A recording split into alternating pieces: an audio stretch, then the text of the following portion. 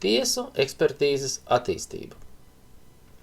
Tiesu ekspertīzes attīstība ir cieši saistīta ar kriminālistikas attīstību. Tas ir tā kā viens mehānisms. Lai saprastu, kā attīstījās tiesu ekspertīze, mums ir jāsaprot, kā attīstījās arī kriminālistika. Un kriminālistikā viens no ieguldītājiem kriminālistikas attīstībā ir Eugèns François Vidocq, franču noziedznieks un detektīvs.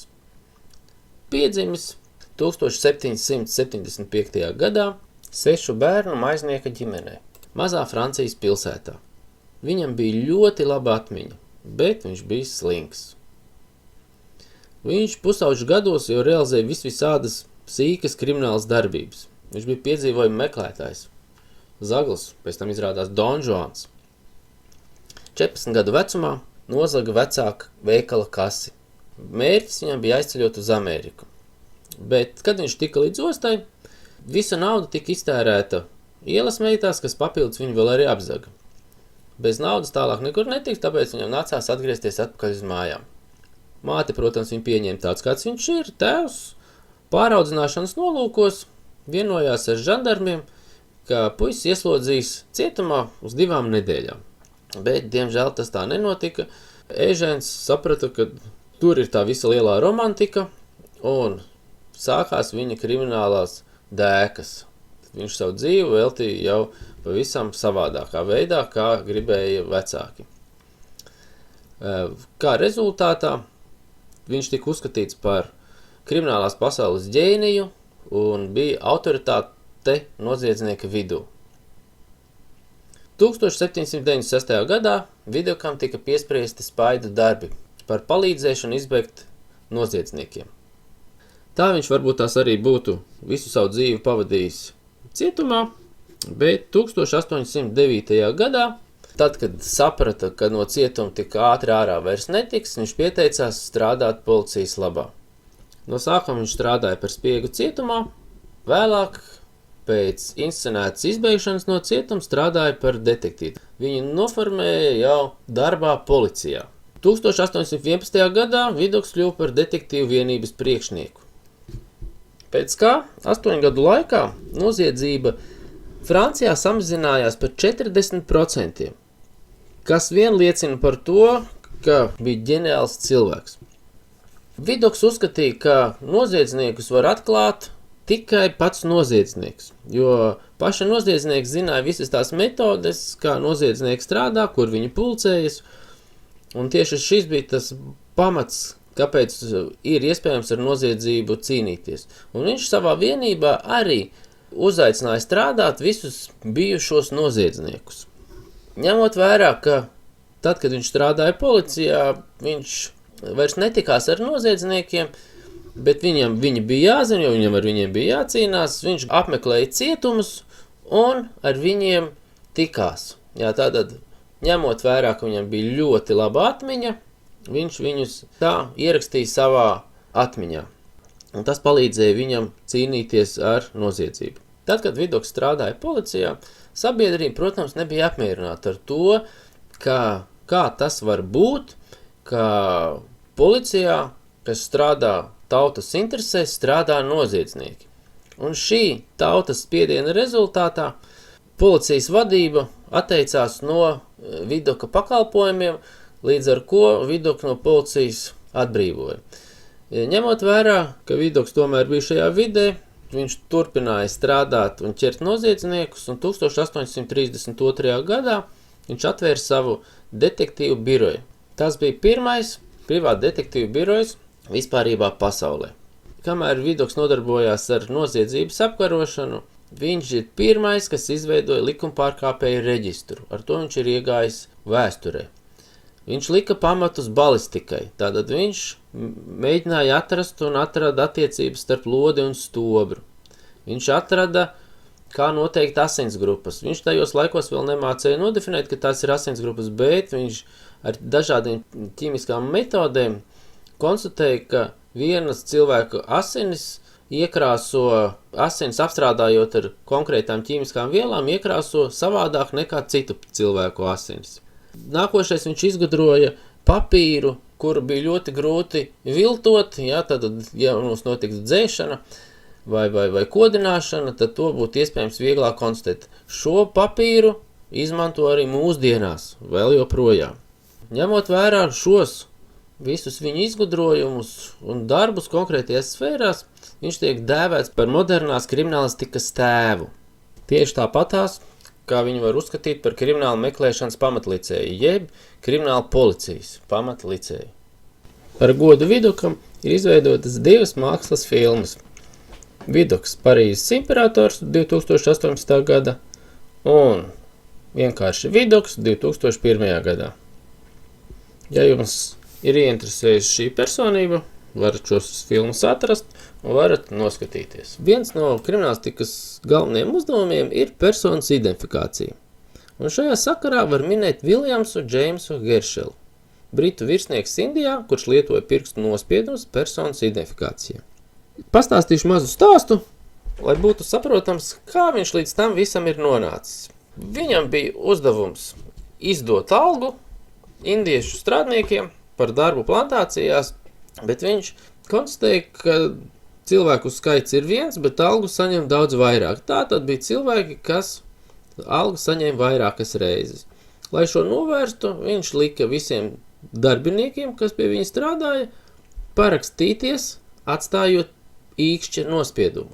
Jo pēc vietējās reliģijas, tas, kurš parakstās ar īkšķa nospiedumu, viņš nes atbildību par to, kur viņš to pirkstu nospiedumu ir atstājis.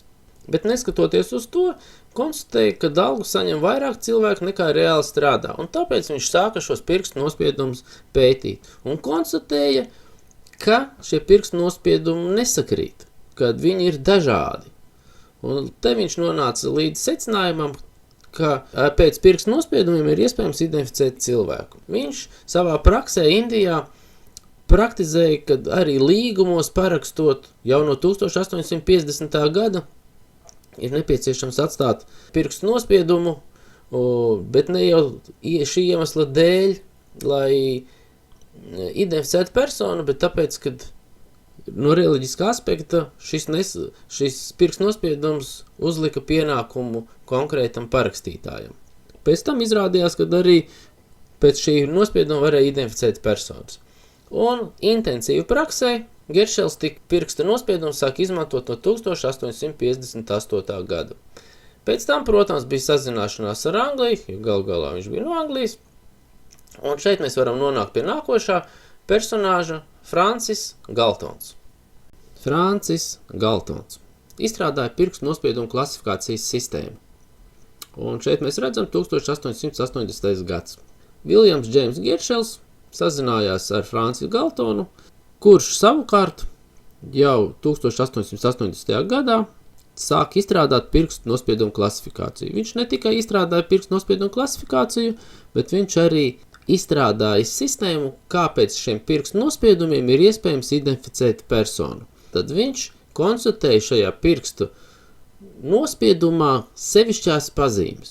Un ja mēs papētam, kā mūsdienās eksperti, daktiloskopi veic ekspertīzes, tad šīs sevišķās pazīmes, pēc kurām viņi izdara slēdzienu, rakstot ekspertīzi, viņš šīs sevišķās pazīmes arī sauc par Galtona pazīmēm. Alfons Bertiljons, speciālas metodas radītājs, saskaņā ar kuru noziedznieku identificēšana notiek izmērot cilvēka ķermeņa atsevišķas daļas. Šī metode bija tik slavena, ka viņi tika nosaukt viņa vārdā, kā Bartiljonāžu.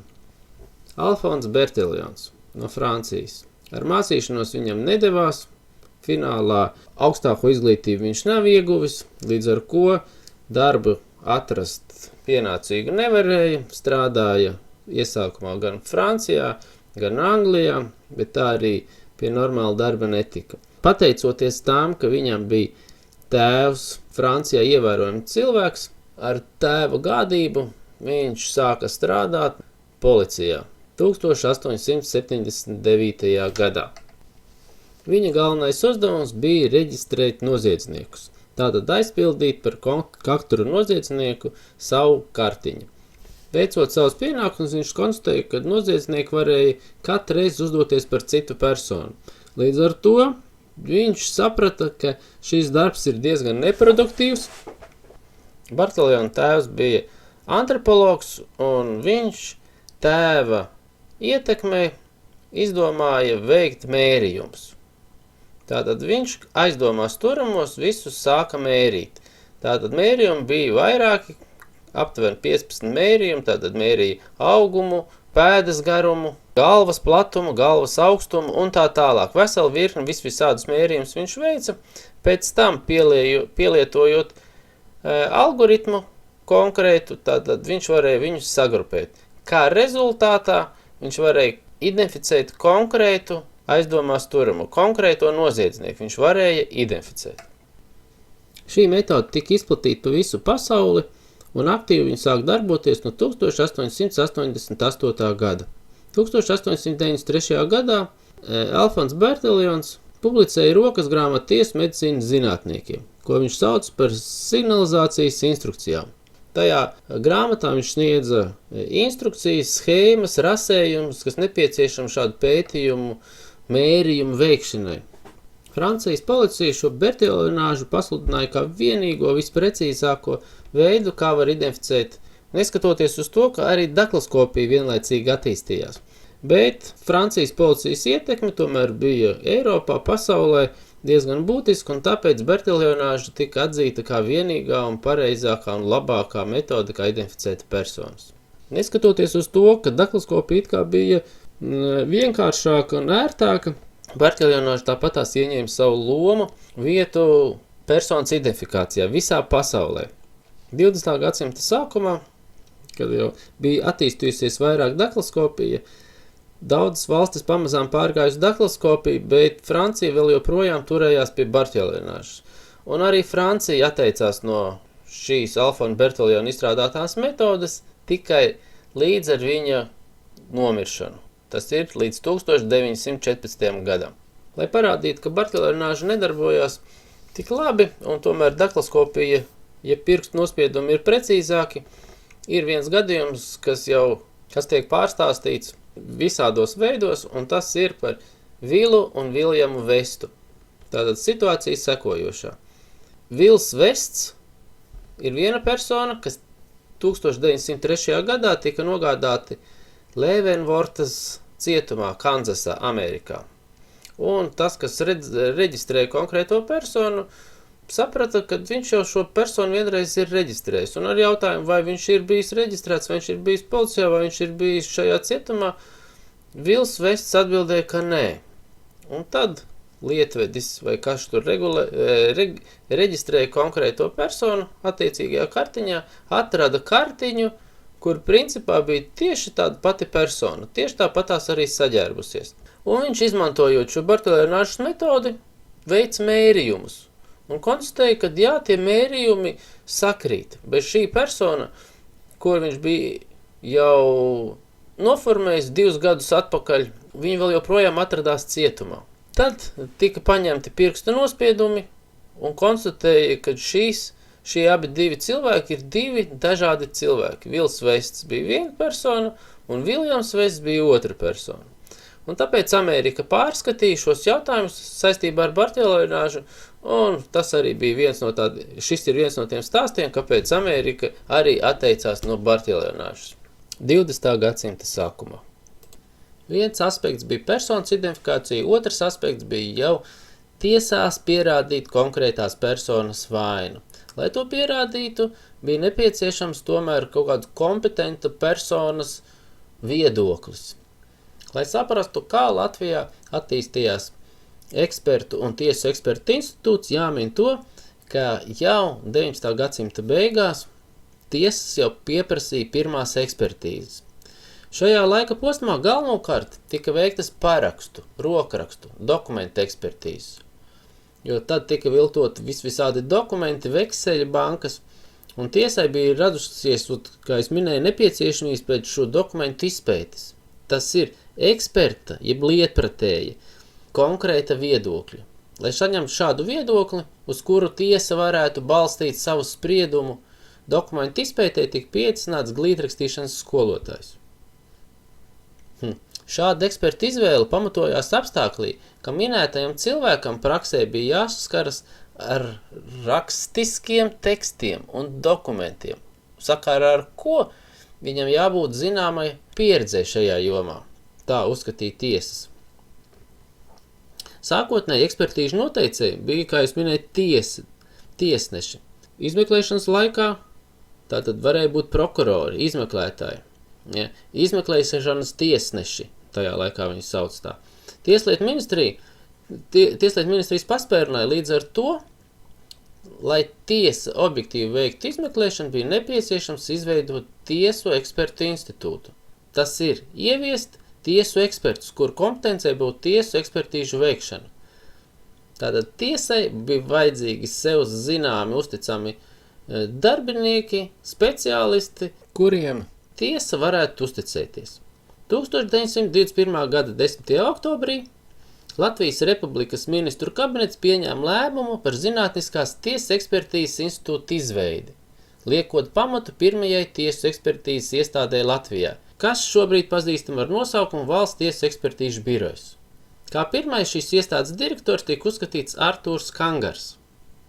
Zinātniskās tiesas ekspertīzes institūts galvenie uzdevumi bija ne tikai veikt ekspertīzes, bet kā 1923. gadā norādīja šī institūta direktors Kangars, institūtam bija jākļūst par zinātniski pētniecisku iestādi, kurā praktiskā darbība būtu cieši saistīta ar zinātni un izglītību. Ar šo uzdevumu Zinātniskās tiesas ekspertīzes institūts ar tādu direktoru Kangaru priekšgalā tika galā lieliski, jo institūtā tika apmācīti gan tiesneši, gan prokurori, gan policijas darbinieki.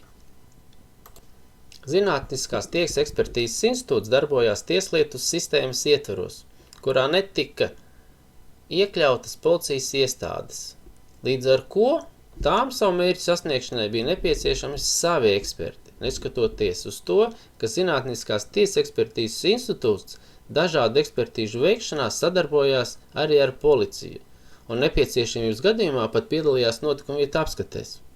Sakrā ar minēto policija arī saprata, ka ir nepieciešams viņiem savi eksperti, kas varētu strādāt gan par ekspertīzēm, gan notikumu vietās.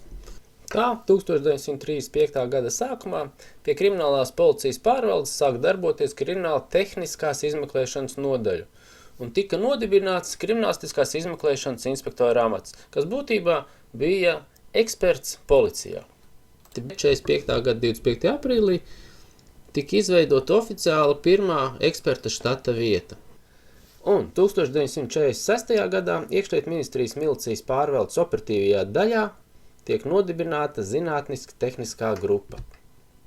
Tas tad arī teorētiski varētu būt eksperta dienesta, jeb ekspertīžu iestādes rašanās valsts policijas paspārnē. No minētā mēs varam saprast, ka tiesu eksperti strādāja Tieslietu ministrijas pakļautībā speciāli cilvēki priekš tiesām, un eksperti, kas strādāja policijā, viņi strādāja policijas interesēs. Līdz ar to varētu te runāt par diviem tādiem novirzieniem – par tiesu ekspertu institūtu un policijas ekspertu institūtu. Līdz ar ekspertīžu iestāžu izveidi gan Tieslietu ministrijā, gan iekšlietu ministrijā, gan tiesām, gan policijai bija nepieciešami lietpratēji, jeb eksperti. Viņu pamatotais slēdziens, jebkurā lietā, kas tika vai nu izmeklēta vai izskatīta tiesā. Ekspertam bija jāpamato savi izdarītie secinājumi, līdz ar ko tika izstrādātas ekspertu dažādas metodas, atkarībā no nepieciešamās ekspertīzes. Daudz ekspertīžu ceļš līdz ekspertīzes pilntiesīgam nosaukumam ir gājis ļoti, ļoti garu ceļu. Tā, piemēram, var minēt odroloģiskās ekspertīzes, DNS ekspertīzes, šāvienu pēdu ekspertīzes. Lai šādas ekspertīzes varētu attīstīties, bez zinātniskiem sasniegumiem, laikā nekādīgi nevarēja. Tas nebija vienkārši iespējami. Attīstoties zinātnēm, dažādas sfērās attīstījās arī konkrētās ekspertīzes. Kā piemēram to, ko es jau iepriekš minēju, odroloģija, DNS, šāvienu pēdas, un šī sakrā varētu minēt elektronu mikroskopu, kas spēja redzēt to, ko iepriekš pat iedomāties nevarēja, ka varēs redzēt. Līdz ar to attīstījās iespēja jauniem ekspertīžu veidiem. Tā, piemēram, es varētu minēt jaunākās ekspertīzes sasniegumu šajā sfērā, ar ko lepojas tagad Tieslietu ministrijas ekspertīžu birojas. Tas ir, piemēram, necilvēka DNS, jeb spēja noteikt dzīvnieka un augu DNS. Līdz ar jaunākiem zinātnes sasniegumiem rodas iespēja ne tikai izveidot jaunas ekspertīzes vai jaunus pētījumu laukus, bet arī vecās ekspertīzes tiek paceltas jaunā līmenī. Tā, piemēram, trasoloģiskā ekspertīžu nodaļā, iegādājoties trīsdimensiālo digitālo mikroskopu, ir iespējams daudz dziļāk un precīzāk veikt pētījumus trasoloģijas sfērā. Lai nodrošinātu objektīvu, tiesiski un zinātniski pamatot ekspertīzi, ekspertīzēs tiek izmantot jaunākie zinātnes tehnoloģijas sasniegumi, lai panāktu ticamus rezultātus un šie rezultāti būtu atzīti. Ne tikai mūsu valstī, bet arī citās valstīs ekspertīžu iestādes ievieš starptautisku atzīto ISO standartu. Ekspertīžu sfērā tas ir 17025. Lai šo starptautiskiem standartiem atbilstoši ISO standartu ieviestu, ekspertīžu iestādēs parasti tiek ieviestas kvalitātes pārvaldības vadības sistēmas. Šis standarts nav aktuāls tikai ekspertīzēs, viņš ir būtisks arī daudzās citās sfērās Latvijā. Lai visas šīs sfēras standartizētu, Latvijā ir Latvijas Nacionālais akreditācijas birojs. Birojs savukārt ir biedrs starptautiskās standartizācijas organizācijai. Un šī organizācija aptver vairākās 160 biedrus. Tātad, ja ekspertīze ir standartizēta ar šo standartu, tātad viņa ir atzīta ne mazākā 160 valstīs.